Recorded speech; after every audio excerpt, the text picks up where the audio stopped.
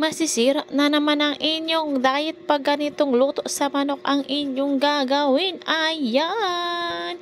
Hello guys! Magluluto naman tayo ng pininyang manok na M's version. Charis lang po. Ayan, hihiwain natin ang ating thigh and leg para naman mamasok ang lasa doon sa loob ng laman. At after kong mahiwa-hiwa guys, lalagyan natin ng babae. Anong babae? Hindi po, toyo po. At lagyan natin ng suka konti. Ayan, lagyan din natin ng oyster sauce ng isang katutak para sumarap. Charis lang. At nilagyan ko rin yan guys ng paminta powder at magic sarap. At ayan lang.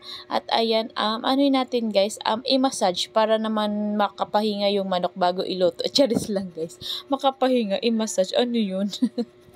At ayan guys, i-ano natin, pagkatapos natin guys, i-marinate lang natin yan ng 10 araw. O diba nagutom na kami, pinamarinate pa lang 10 araw. Joke lang po guys. Ako ano lang yan guys, 30 minutes ko lang minarinate yan guys. At after nyan guys, naghanda tayo ng kawali at inilagay na natin ang ating manok na marinate. Ayan guys, prituhin lang natin yan guys, saglit.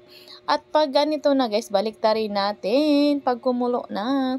At after nyan guys, mga 15 minutes, hindi pala 15 minutes, 5 minutes, ilagay na rin natin yung pinagmarinitan guys. At kayo na po bahala guys kung magdaragdag kayo ng tubig or hindi. Ayan. Oh, ayan, may dumaan na motor. Pasensya na kayo sa background. O, diba napakaingay.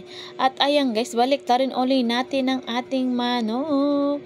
Ayan guys, nilagay ko na ang pinya guys. Kasi hindi matatawag na pininyahan yan kung walang pinya. Charis lang po. At after 20 years guys, luto na ang ating pininyang manok. Ala M's. Charis lang po. At ayan, thank you guys sa panunood. Kain na po tayo. Kumuha na po kayo dyan ng bahaw. Iwag nyo muna isipin ang diet. Thank you.